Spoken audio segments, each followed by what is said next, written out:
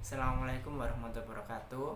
Perkenalkan, nama saya Rizani Zakaria dari Prodi Akuntansi dengan NIM 01121036. Di sini saya akan mempresentasikan analisis arus kas untuk mengukur kinerja keuangan. Pengertian kas dan setara kas. Kas adalah harta tunggal yang segera dapat dikonversi menjadi jenis harta lain. Setara kas adalah investasi yang sifatnya sangat liquid, berjangka pendek, dan dengan cepat dapat dijadikan sebagai kas dalam jumlah tertentu tanpa menghadapi risiko perubahan yang signifikan. Kas merupakan komponen aktiva lancar yang paling liquid di dalam neraca.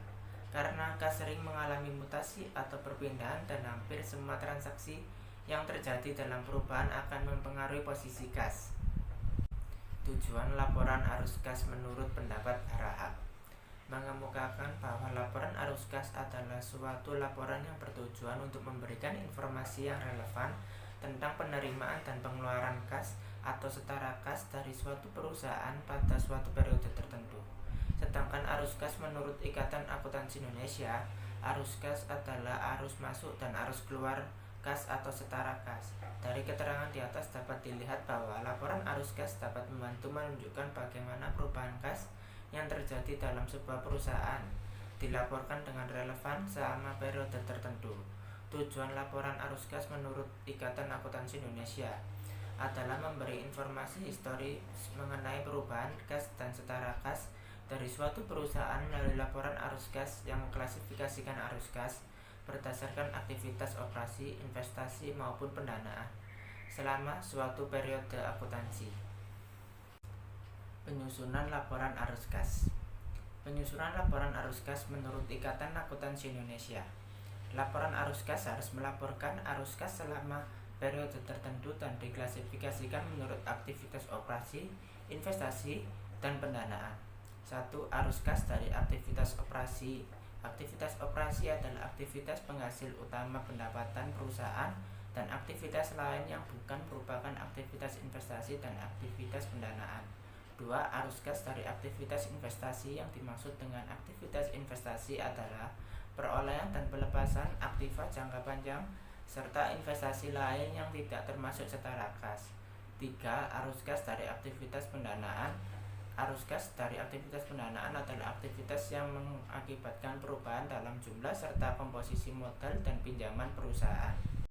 Penyusunan laporan arus kas melibatkan 3 langkah pokok, yaitu 1. Menentukan perubahan dalam kas. 2. Menentukan arus kas bersih dari aktivitas operasi. 3. Menentukan arus kas dari aktivitas investasi dan pendanaan. Kinerja keuangan.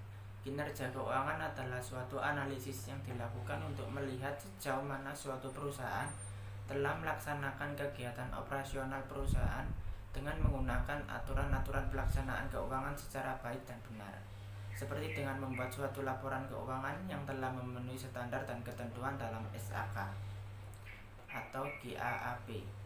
Analisis laporan arus kas dalam menilai kinerja perusahaan.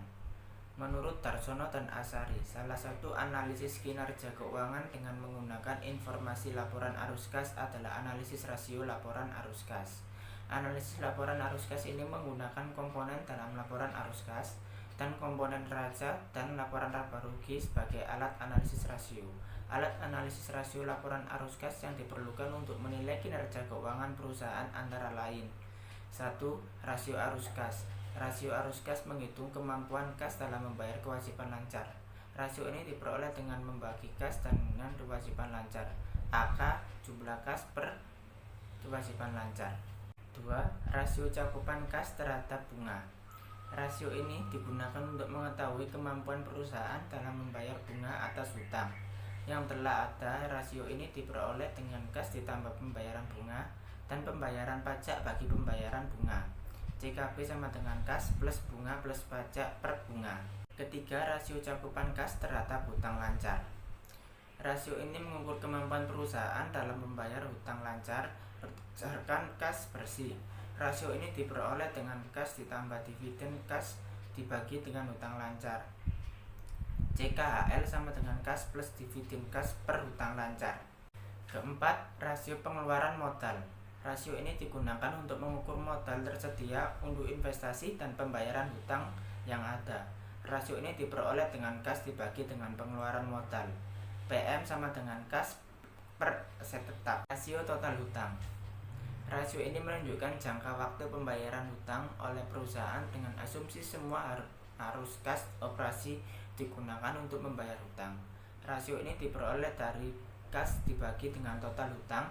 Dengan mengetahui rasio ini, kita bisa menganalisis dalam jangka waktu beberapa lama perusahaan akan mampu membayar hutang dengan menggunakan kas yang dihasilkan dari aktivitas perusahaan. TH sama dengan kas per total hutang. Rasio cakupan arus dana. Rasio ini digunakan untuk mengetahui kemampuan perusahaan dalam menghasilkan kas guna membayar komitmen, bunga, pajak, dan dividen preferen.